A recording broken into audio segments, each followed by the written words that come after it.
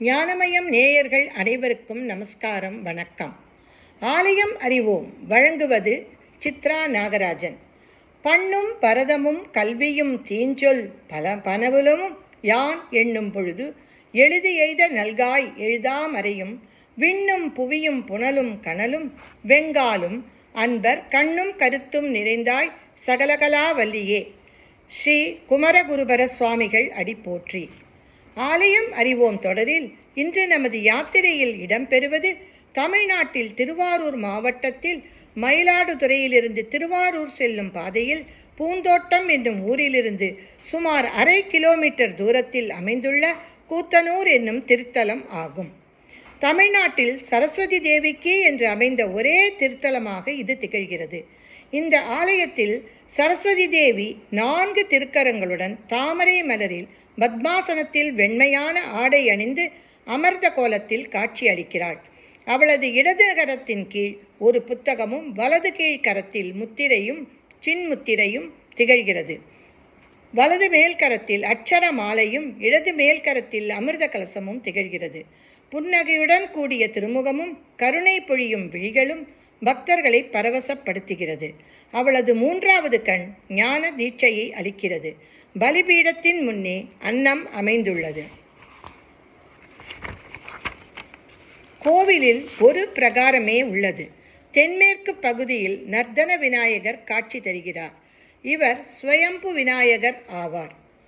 சரஸ் என்றால் ஆறு என்று பொருள், வதி என்றால் உரைகின்றவள் என்று பொருளாக, சரஸ்வதி என்றால் ஆற்றில் உரைகின்றவள் என்று பொருளாகிறது. சரஸ்வதி என்ற சொல்லுக்கு அழகான வியாக்கியானம் ஒன்று உண்டு. சாரம் ஸ்வ இதி என்ற இந்த சொல்லை பிரிக்க வேண்டும். ஸ்வ அதாவது தான் என்பதன் சாரத்தை தருபவள் என்று பொருள். அதாவது தன்னை தனக்கு உணர்த்தும் மேலான ஞானம், அதை தருபவள் சரஸ்வதி. இதிலிருந்து சரஸ்வதி தருகின்ற ஞானம் வெறும் நூலறிவோ அல்லது உலக அறிவோ அல்ல. பிரம்மஞானம் என்பது தெளிவாக புலப்படுகிறது. சரஸ்வதி தேவி வாக்கிற்கும் அதிதேவதை, நீருக்கும் அதிதேவதை.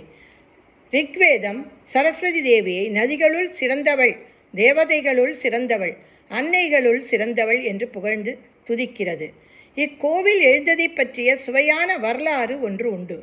கவிஞருள் சிறந்தவராக விளங்கிய ஒட்டக்கூத்தர் என்னும் கவிஞர் தினமும் கலைமகளை பூஜித்து வந்தார். பூந்தோட்டம் ஒன்றை அமைத்து தினமும் தட்சிண வாகினி எனப்படும் அரிசிலாறு நீரால் தேவிக்கு அபிஷேகம் செய்து வந்தார்.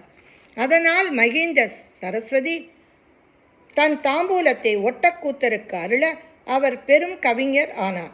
2ஆம் குலோத்துங்க சோழனின் அவைக்கள புலவர் ஆனார். ஆஸ்தான கவிச்சக்கரவர்த்தி என்ற புகழையும் பெற்றார். சோழ மன்னன் அவருக்கு இந்த இடத்தை தானமாக வழங்க அவர் இங்கு ஞான சரஸ்வதிக்கு ஒரு கோவிலை அமைத்தார். ஆகவே இந்த ஊரும் கூத்தனூர் என்ற பெயரை பெற்றது. தீயவரிடம் சிக்கிக்கொண்ட ஒட்டக்கூத்தரை விடுவிக்க பரணி பாட வைத்து அவர்களிடமிருந்து சரஸ்வதி தேவி அவரை மீட்டார்.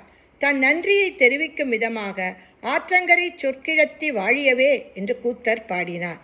4 வீதிகளுள் நடுவே இந்த கோவில் அழகுற அமைந்துள்ளது. இங்குள்ள கோவிலின் விமான கோபுரத்தில் 5 கலசங்கள் அமைந்துள்ளது ஒரு தனிச்சிறப்பாகும்.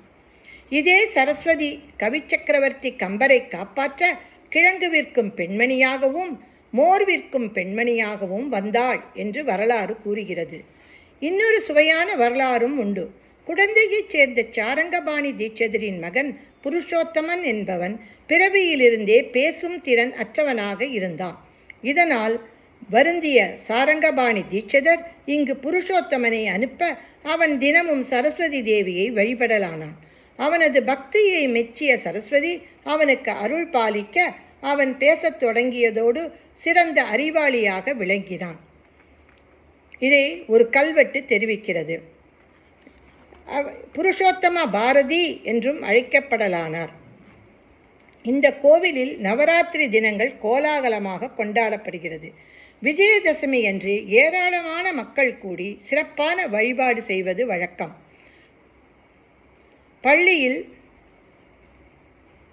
படிக்கும் மாணவர்கள் இங்கு வந்து துதித்து வணங்கி நல்லறிவை பெறுகின்றனர். வித்யாரம்பம் என்று சொல்லும் கல்வி தொடங்கும் நாளையும் இங்கேயே செய்வது வழக்கம்.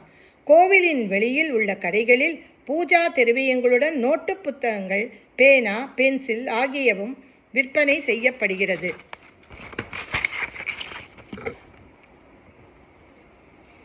இசைக்கலைஞர்களும் வாத்திய கலைஞர்களும் இங்கு வந்து வழிபட்டு தங்கள் கலையை மேன்மையுறச் செய்து கொள்வது காலம் காலமாக நடைபெற்று வருகிறது.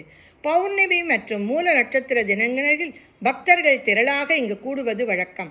மூல நட்சத்திரம் சரஸ்வதி தேவியின் நட்சத்திரமாகும். நவமி சரஸ்வதிக்குரிய திதியாகும். இத்தலத்திற்கு இன்னொரு முக்கியத்துவமும் உண்டு.